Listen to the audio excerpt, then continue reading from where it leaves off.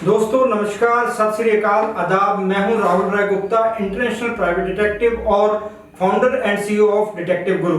दोस्तों यह वीडियो पूरा देखिए, हो सकता है आपका यह थोड़ा सा वक्त आने वाले बुरे वक्त को रोक सके, क्योंकि हम अपने हर वीडियो में एक अहम मुद्दे पर बात करते हैं और वादा है मेरा, इस वीडियो को पूरा देखने के बाद आप अपने दोस्तों को यह वीडियो शेयर करने से खुद को रोक नहीं पाएंगे। तो चलिए शुरू करते हैं।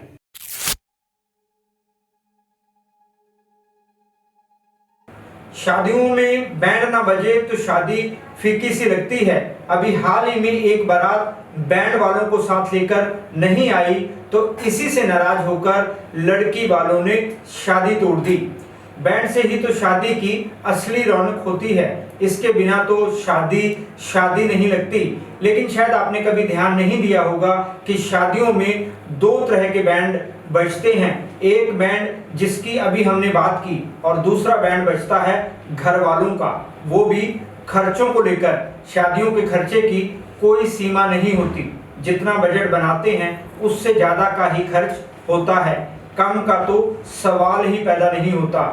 जिसके पास खुला पैसा है उसे तो कोई प्रॉब्लम आती नहीं, लेकिन जिसे पाई पाई करके जोड़ना होता है उसका तो बैंड ही बजता है। शादी के लिए पैसा जोड़ने की चिंता शादी की खुशी पर हावी होने लगती है और वो रात दिन इसी चिंता में घुलता है कि इतना पैसा वो कैसे इकट्ठा करेगा। वैसे भी आजकल इंटरनेट की वजह से कह लो या फिर इवेंट प्लानर्स की वजह से शादियों के खर्चे बढ़ते ही जा रहे हैं।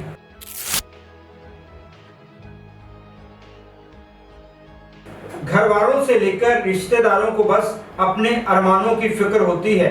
उनके अरमानों पर पानी ना फिरे, आपको चाहे कहीं से भी पैसे का जुगाड़ करना पड़े, करना ही पड़ेगा। आपके पास कोई चारा नहीं है। हर किसी को आप नाराज नहीं कर सकते। हर किसी के अरमानों के भी अपने अपने पैमाने होते हैं, लेकिन वो सब कुछ गुजरता है आपकी जेब से ही होकर। आखिर जेब तो आपकी ही कटनी है। किसी को डेकोरेशन अच्छी चाहिए तो किसी के लिए खाने में उसकी पसंद की आइटमें होना खुशी का पैमाना होता है। कोई कहता है कि डीजे अच्छा होना चाहिए, कोई डेस्टिनेशन वेडिंग चाहता है। सबको अपने अपने शौक पूरे करने होते हैं।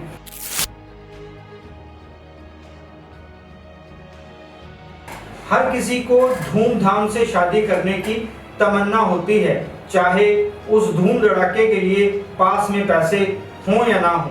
पैसे नहीं भी होते तो ले देकर शादी की धूम को बरकरार रखा जाता है। रस्म रिवाज के नाम पर लाखों रुपए लुटा दिए जाते हैं। कपड़ों, खाने पीने से लेकर डेकोरेशन में पानी की तरह पैसा बहाया जाता है। बाद में वही धूमधाम घर वालों के लिए सरदर्द बन जाती है, क्योंकि जो कर्ज लिया होता है उसे उतारना भी तो पड़ता है। फिर भी शादी को यादगार बनाने की सारी कोशिशें नाकाम हो जाती हैं, क्योंकि घर वाले लोगों को संतुष्ट करने में कामयाब नहीं हो पाते।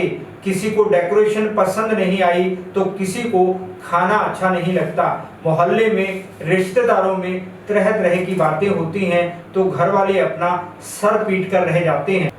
उनको लगता है कि उन्होंने इतनी धूमधाम से इसलिए तो शादी की थी कि सब लोग खुश होकर जाएं, लेकिन ये क्या, लोग तो तब भी बातें बना रहे हैं। उनका तो बाल बाल कर्जे में डूब गया, लेकिन लोग हैं कि उनकी बातें ही खत्म नहीं होती। तो अब आप समझ ही गए होंगे कि लोग क्या याद रखते हैं। लोगों की जो वाह आप करवाना चाहते हैं वो आपको लाखों खर्च करने पर भी आपको नहीं मिलती।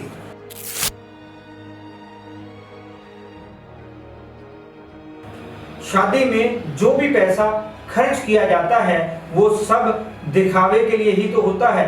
लोग चाहते हैं कि उनकी शादी में सब कुछ अच्छा हो, सुंदर हो, किसी चीज की कमी ना रह जाए। ऐसी शादी हो कि लोगों की आंखें फटी की फटी रह जाएं। अब ये दिखावा नहीं तो और क्या है। अगर पास में पैसा हो तो कोई बात नहीं, दिखावा करने में कोई हर्ज नहीं। लेकिन दिक्कत तो तब होती है जब लाखों रुपए दिखावे की भेंट चढ़ जाते हैं और फिर कर्ज उतारने में पूरी उम्रें बीत जाती हैं। चलो उम्रें न सही, सालों तो लग ही जाते हैं। लाखों का कर्ज ऐसे ही आसानी से तो नहीं उतरता।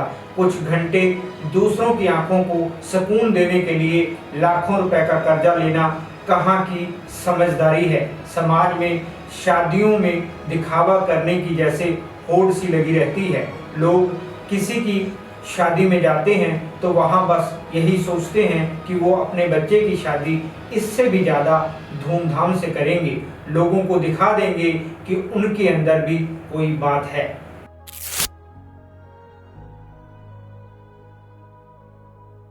जो लोग कर्ज लेकर शादी में पैसा खर्च करते हैं वो अक्सर कहते हैं कि इज्जत का सवाल है। आखिर इज्जत को सवाल बनाया किसने? हम हर बात पर इज्जत को क्यों कैटेगरी में खड़ा कर देते हैं? वो बेचारी कब आपसे कहती है कि कर्ज में डूब जाओ? कब चाहती है कि आप उसके नाम पर लाखों रुपए ऐसे ही उड़ा दो? इज्जत आपसे कहने नहीं आती कि आप अपनी पूरी जिंदगी की कमाई कुछ ही घंटों में खर्च कर डालो, वो भी उसके नाम पर। सबसे बड़ी बात, अगर आप समझते हैं कि शादी में ऊल जलूल खर्च करने से, कर्ज लेकर पैसा उड़ाने में आपकी इज्जत बढ़ती है तो भूल जाओ, ऐसा कुछ नहीं होता। पीठ पीछे लोग बातें ही बनाते हैं। जिनको सामने आप इसे इज्जत का सवाल बनाते हैं वही लोग आप पर सवाल करते हैं कि हैसियत नहीं थी तो क्या जरूरत थी इतना सब कुछ करने की। मंदिर में ही फेरे पड़वा लेते।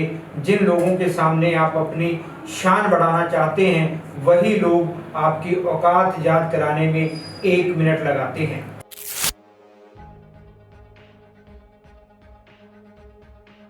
अगर आपके पास इतना पैसा नहीं है जिससे आप शानो शौकत से शादी कर पाएं तो अच्छा होगा कि अपने हर फंक्शन को बेहद सिंपल रखें। वैसे भी सादगी से अच्छी कोई चीज़ नहीं होती। शादियों में दिखावा और धूमधाम तो हर कोई कर लेता है, लेकिन जो लोग सादगी को अपनाते हैं वो मिसाल बन जाते हैं। कई लोगों को प्रेरणा मिलती है ऐसे लोगों से। बिना कर्ज लिए आपका जितना भी बजट हो, शादी के सारे फंक्शनों पर केवल आधे पैसे ही खर्च करें, बाकी के पैसे अपने भविष्य के लिए बचा कर रखें। ज़रूरी नहीं कि अपनी मेहनत की कमाई को शादी पर ही खर्च करना है, और बहुत सारी चीज़ें हैं जिन पर खर्च किया जा सकता है। किसी अच्छी सी जगह घूम आएं या फिर पैसों को इन्वेस्ट कर दें जिससे बाद में आपको हेल्प मिलेगी। गोल्ड भी एक अच्छा निवेश माना जा सकता है। इस बारे में सोचें। शादी की डेकोरेशन, खाने और कपड़े बहुत कम खर्च करें। वैसे भी ऐसे खर्चों की कोई सीमा नहीं होती, जितना सोचो उससे ज़्यादा ही होता है। इसलिए अपनी सोच के दायरे को बढ़ाएं, खर्च को नहीं। इससे आपकी शादी सदियों तक लोगों के जहन में रह सकती है। भले ही आपके सामने लोग इसकी आलोचना भी करें, लेकिन पीठ पीछे तारीफ ही करेंगे। वैसे भी किसी की आलोचना से आपका क्या जाता है? आलोचना करने वाला आपका घर तो नहीं चलाएगा ना, तो फिर ऐसे लोगों के बारे में सोचना ही क्यों? ज़्यादातर लोग ऐसी समझदारी की तारीफ ही करते हैं। फायदा आपका होगा और लोगों की वाहवाही फ्री में मिल जाएगी। हुआ ना डबल फायदा।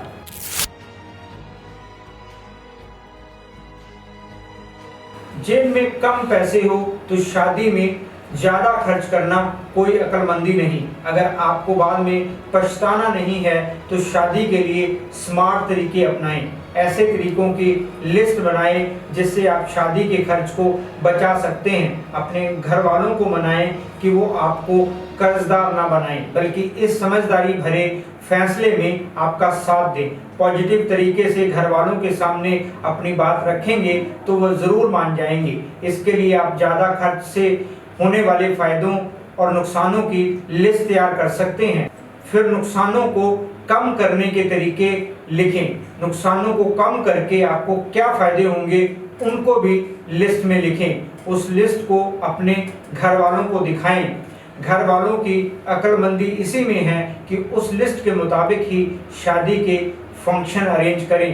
कर्ज नहीं होगा तभी तो शादी का असली मजा आएगा, वरना मन ही मन कर्ज चुकाने की तिकड़ में लगाने में ही उम्र गुजर जाएगी। अगर यह वीडियो आपको पसंद आया हो तो दोस्तों और रिश्तेदारों में भी जरूर शेयर करें, लाइक करें, कमेंट करके बताएं कि यह वीडियो कैसा लगा और अपना कोई अनुभव हो तो जरूर शेयर करें ताकि और लोगों को प्रेरणा मिल सके। अगर अभी तक आपने हमारा चैनल सब्सक्राइब नहीं किया तो कर लीजिए ताकि आपको इसी तरीके के और वीडियो मिलते रहें और हमें ऐसे वीडियो बनाने के लिए प्रोत्साहन मिले। अपना कीमती वक्त देने के लिए दिल की गहराइयों से आपका आभार। मिलते हैं अगले वीडियो।